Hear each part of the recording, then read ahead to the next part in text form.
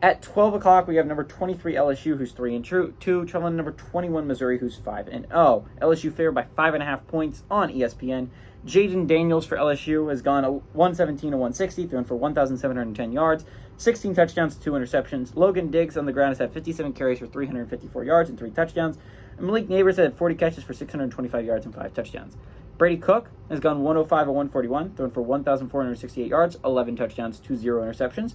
Cody Schrager has had 81 carries for 463 yards and 3 touchdowns. And Luther Burden III has had 43 catches for 644 yards and 5 touchdowns. Missouri's actually 2-1 against LSU all time. Last game went to Missouri in 2020. Both Missouri wins were one possession, though, and the LSU one was a 35-point win. There's been a home field team has won 2 times out of the 3, right? Well, actually, both times these teams have played, right? They played once in a bowl game a long time ago, and Missouri ended up winning that one.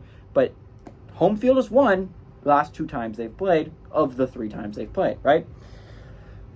I think this game is going to be really interesting. I'm going to go my LSU rant first because I've done it in 2 other videos, and I want to do it in this video because it is LSU, and I think LSU fans might actually get really mad at me saying this. LSU's not top 25, right? They might be playing really well, but you look at their schedule, they're 3-2.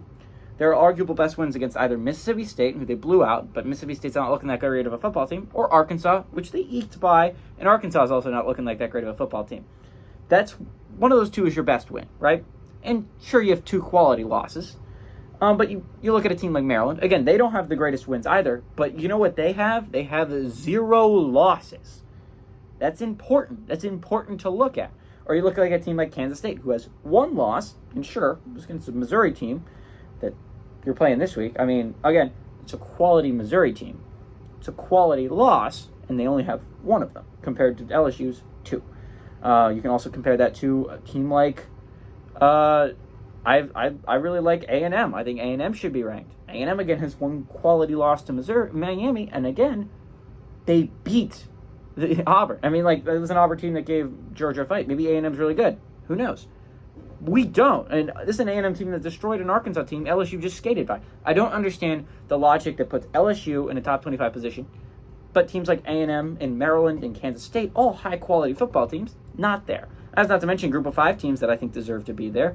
Teams like Air Force is a top 25 football team. They're playing like it right now. James Madison is playing like a top 25 football team right now. People forget about Liberty, but Liberty is playing like a top 25 football team right now. And I understand there's a lot of teams out there that are still in playoff eligibility. You can't put all of them in the top 25 because there's more than 25 of them. But the fact that a team's there that's not playoff eligible at this point in the season is kind of ridiculous. But let me move on to the actual game. We have arguably the 2 best quarterbacks in the SEC going against each other, right? Jaden Daniels is by far the best quarterback in the SEC. It's not close, right? It's Jaden Daniels and then everyone else. But Brady Cook right now is playing like the 2nd best quarterback in the SEC. You look at the other players, Joe Milton's not playing his best football, neither is Devin Leary. Georgia's guy is not playing great either. KJ Jefferson's a really good quarterback, but he's on a not great Arkansas team, so he's not playing great. You can go Mississippi State and Will Rogers. You can go Alabama and Jalen Milroe. If Weigman was still healthy for A&M, I'd make the argument that he's number 2. But right now, in my opinion, Brady Cook is playing like the 2nd best quarterback in the SEC. Maybe Rattler, but I think Brady Cook's playing better than Rattler right now. Brady Cook's playing some phenomenal football. So you have arguably the best quarterback in the SEC going against the 2nd best quarterback in the SEC.